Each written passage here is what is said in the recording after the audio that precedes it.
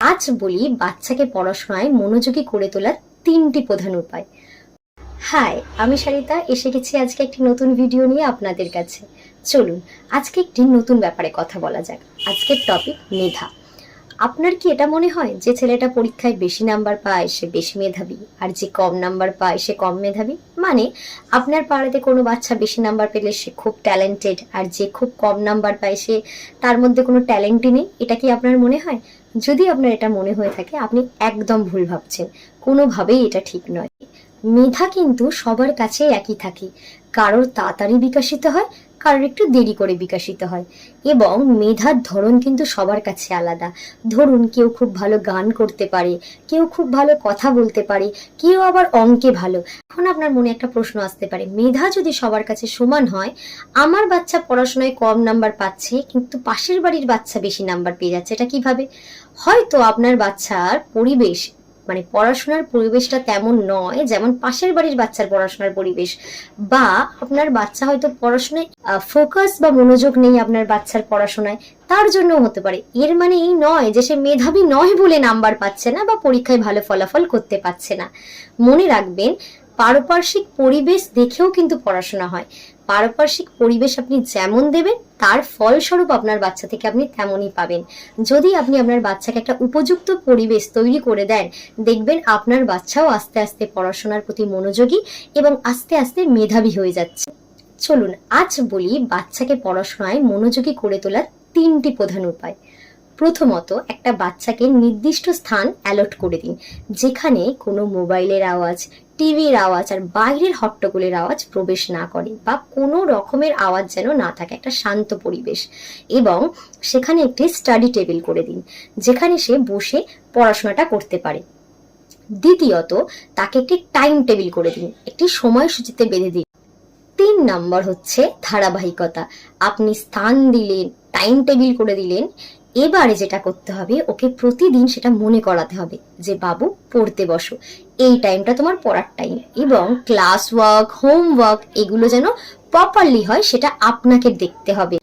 ধারাবাহিকতা হচ্ছে এই তিনটের প্রধান চাবিকাঠি। মনে রাখবেন, যদি কোনো বাচ্চা প্রতিদিন একই সময়ে একই জায়গায় পড়তে বসে, তাহলে তার একটা অভ্যাসে দাঁড়িয়ে যায়, কারণ আমরা অভ্যাসের দাস। এরপরে তিনটে জিনিসই আপনি দিয়ে দিলেন, কিন্তু তারপরেও রেজাল্টে দেখছেন নাম্বার তেমন বেশি বাড়েনি।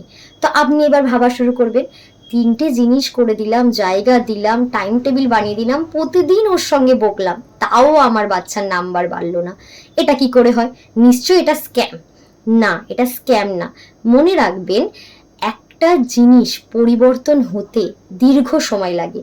যেহেতু এটা বাচ্চার মেধাকে পরিবর্তন করছে, বাচ্চাকে আস্তে আস্তে মনোযোগী থেকে মেধাবীর দিকে নিয়ে যাচ্ছে, তাই এটা পরিবর্তন হতে সময় লাগবে।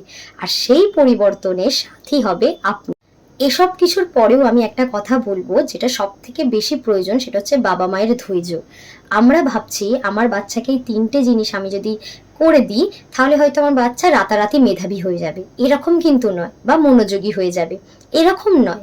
এটা সময় লাগে, সময় সাপেক্ষ জিনিস।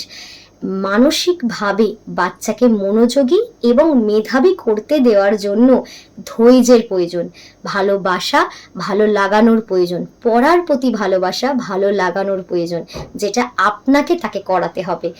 কিন্তু সে যখন নিজে থেকে পড়তে বসছে, আপনি তার পাশে বসে মোবাইল স্ক্রল করছেন, এটা করলে কিন্তু হবে না।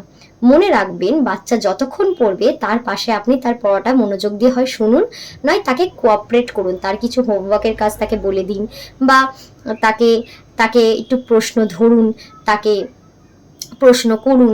যখন তারা পড়ছে আপনিও তার সঙ্গে নিযুক্ত হন ওর পড়ার কাজে, আপনিও তাকে সাথ দিন যে হ্যাঁ বাবু আজকে এইটা পড়া, চল আমি ধরে নিই আজকের প্রশ্নটা তোকে, চল তুই লিখে নে, আমি দুটো প্রশ্ন লিখে দিচ্ছি তোর খাতায়, কালকে কি পড়া দিয়েছে একটু বল, আমি তাহলে একটু ধরে নিচ্ছি, তাড়াতাড়ি হবে তাতে তোর পড়াটা।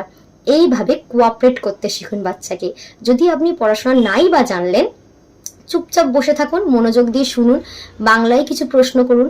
যদি আপনার বাচ্চা ইংলিশ মিডিয়াম স্কুলে পড়ে, আপনি একটু যাচাই করুন সে কতটা শিখেছে বা শিখছে, তার টিচার ম্যামকে দিয়ে 2-4টে প্রশ্ন আপনি জেনে নিন যে কিভাবে তাকে প্রশ্ন করতে হবে পড়তে বসলে। এমন নয় যে বাচ্চা পড়তে বসছে আর আপনি আপনার বাড়ির সমস্ত কাজ করছেন। এটা করলে কিন্তু আপনার বাচ্চা জীবনেও মনোযোগী হতে পারবে না।